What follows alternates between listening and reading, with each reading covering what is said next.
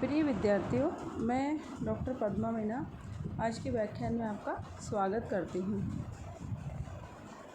मैं संयुक्त राष्ट्र संघ का जो प्रमुख अंग है महासचिव और सचिवालय, उसके बारे में आज के व्याख्यान में आपको बताना चाहती हूँ। जैसा कि बच्चों आप सभी जानते हैं कि सचिवालय यानी कि सेक्रेटेरिएट संयुक्त राष्ट्र संघ का यूएनओ का एक मुख्य अंग है 6 अंगों में से, और अंतर्राष्ट्रीय लोक सेवा इसकी अंतर्राष्ट्रीय विशेषता या पहचान मानी जाती है। तो सचिवालय संयुक्त राष्ट्र संघ यूएनओ का एक प्रशासनिक अंग है, और सचिवालय का जो मुख्य प्रशासनिक अधिकारी होता है वो महासचिव होता है, और महासचिव के अलावा सचिवालय में अन्य कर्मचारी होते हैं। महासचिव की नियुक्ति 5 सालों के लिए सुरक्षा परिषद की सिफारिश पर महासभा द्वारा की जाती है, और आर्थिक और सामाजिक परिषद, न्यास परिषद और आवश्यकता अनुसार संयुक्त राष्ट्र संघ के जितने भी अन्य प्रमुख अंग हैं उनके लिए आवश्यक कर्मचारी अधिकारी नियुक्त किए जाते हैं, वे सभी सचिवालय के ही भाग होते हैं। और इनकी नियुक्ति और सेवा की शर्तें इनकी सर्वोपरि विचार क्षमता, कार्य क्षमता, योग्यता और ईमानदारी के आधार पर की जाती है। और संयुक्त राष्ट्र संघ का प्रमुख प्रशासनिक यंत्र सचिवालय माना गया है, जिसे 8 भागों में विभाजित किया गया है।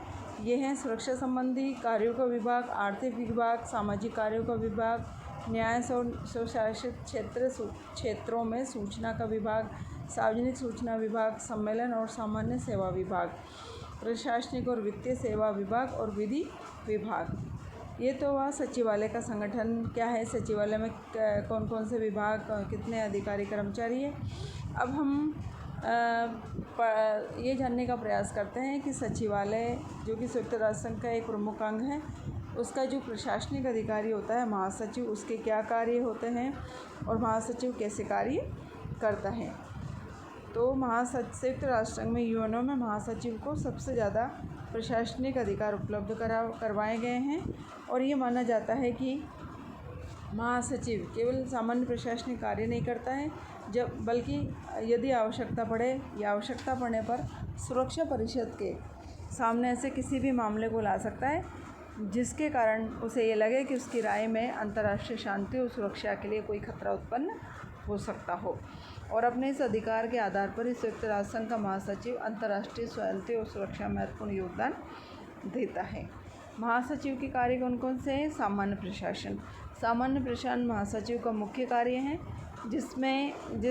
और सामान्य प्रशासन का मुख्य सचिव होने के कारण महासचिव महासभा, सुरक्षा परिषद, आर्थिक और सामाजिक परिषद और न्यास परिषद की सभी बैठकों में भाग लेता है, और वो सभी काम करता है जो ये अंग महासचिव को सौंपते हैं। और महासभा का वार्षिक अधिवेशन जो महासचिव की रिपोर्ट मिलती है, उस रिपोर्ट पर बहस से ही प्रारंभ होता है। दूसरा महासचिव का कार्य तकनीकी कार्य, कि महासचिव महासभा, सुरक्षा परिषद, आर्थिक और सामाजिक परिषद और जो न्यास परिषद द्वारा उसको जो भी कार्य सौंपे जाएंगे उन सभी तकनीकी कार्यों का संपादन महासचिव करता है। तकनीकी कार्यों में कौन कौन से प्रश्न शामिल हैं, जैसे कि कोई प्रश्न अगर उपस्थित होता है तो वो प्रश्न क्यों उपस्थित हुआ, उस पर अध्ययन करना, उसकी रिपोर्टिंग करना, उसका सर्वेक्षण करना आदि, ये सब तकनीकी कार्य महासचिव करता है। अब सचिवालय का जो प्रशासन है उसका प्रमुख अधिकारी महासचिव होता है, और सचिवालय के प्रशासन का संपूर्ण उत्तरदायित्व महासचिव पर ही माना जाता है, और महासचिव ही सचिवालय के कर्मचारियों की नियुक्ति करता है। महासचिव का वित्तीय कार्य भी महत्वपूर्ण है, जैसे कि महासचिव ये देखता है कि संयुक्त राष्ट्र संघ यूएनओ के बजट का संचालन सुचारू रूप से हो रहा है या नहीं, ये सब, और संयुक्त राष्ट्र संघ का बजट तैयार करवाता है महासचिव, और बजट को सलाहकार समिति के सामने प्रस्तुत किया जाता है। तो ये सभी कार्य महासचिव अपनी देखरेख में करवाता है, और ये माना जाता है कि संयुक्त राष्ट्र यूएनओ की जितनी भी निधियाँ, जितनी भी खर्चे हैं, जितने भी कोष हैं, उन सब निधियों का भी रक्षक है, और उनमें किस तरह से खर्च करना है इन सब कार्यों के लिए महासचिव ही उत्तरदायी है। इसके साथ साथ ये माना जाता है कि महासचिव रिप्रेजेंटेटिव संयुक्त राष्ट्र संघ का प्रतिनिधित्व करता है, या उसका एक एजेंट या अभिकर्ता भी हम उससे कह सकते हैं। इसके लिए वह संयुक्त राष्ट्र संघ की ओर से विभिन्न अभिकरणों और सरकारों के साथ वार्ताओं का आयोजन करता है। और जो महासचिव का राजनीतिक कार्य वो बहुत अधिक महत्वपूर्ण है। तो जो यूएनओ का जो चार्टर है उसके 99वें अनुच्छेद में कहा गया है कि महासचिव किसी भी ऐसे मामले की ओर सुरक्षा परिषद का ध्यान दिला सकता है जिससे उसके विचार में अंतर्राष्ट्रीय शांति और सुरक्षा के बने रहने से संकट उत्पन्न हो सकता हो। और इन शक्तियों और इन्हीं कारणों से महासचिव संयुक्त राष्ट्र संघ का प्रधान राजनीतिक अभिकर्ता बन गया है। महासचिव की राजनीतिक भूमिका क्या है और महासचिव की राजनीतिक भूमिका का महत्व क्यों है, इसके कारण ये महासचिव का पद बहुत अधिक महत्वपूर्ण है। संयुक्त राष्ट्र संघ का जो प्रमुख अंग है सचिवालय, इसीलिए ये माना गया है कि महासचिव की राजनीतिक भूमिका 3 दिशाओं में रेखांकित होती हुई मानी गई है। जैसे कि उसे अंतर्राष्ट्रीय वार्ताकार कहा जाता है।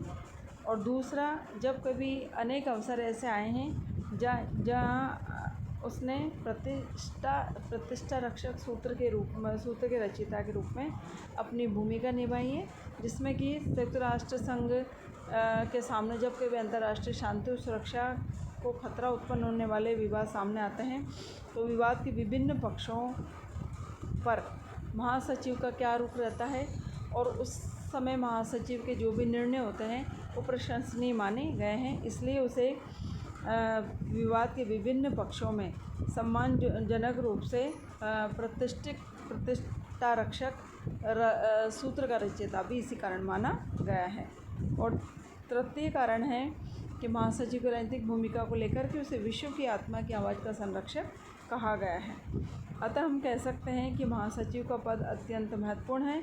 वो न केवल संयुक्त राष्ट्र संघ में प्रशासनिक कार्यों का संपादन करता है बल्कि राजनीतिक उत्तरदायित्वों का भी भलीभांति निर्वहन करता है।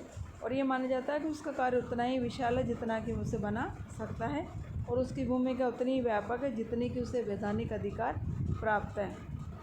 इसी कारण महासभा के अंतिम सत्र में महासचिव द्वारा जो रिपोर्ट पेश की जाती है उनका बहुत अधिक महत्व होता है, जिससे मैं महासचिव और उन रिपोर्टों में माना जाता है कि महासचिव का व्यक्तित्व झलकता है।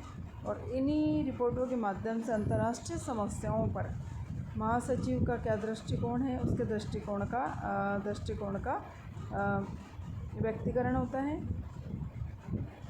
और अंतर्राष्ट्रीय राजनीतिक स्थिति और घटना चक्र पर महासचिव द्वारा प्रकाश डाला जाता है और अंतर्राष्ट्रीय तनाव को कम करने के लिए उसके द्वारा जो सुझाव दिए जाते हैं वे सुझाव अत्यंत प्रशंसनीय दृष्टि से देखे जाते हैं। इसलिए लियोनार्ड ने कहा था कि महासचिव की वार्षिक रिपोर्ट अमेरिकन राष्ट्रपति के संदेशों के समान प्रभावशाली है। महासभा में प्रस्तुत किए जाने वाले प्रस्तावों को तैयार करने में भी महासचिव की भूमिका अत्यंत महत्वपूर्ण होती है। धन्यवाद।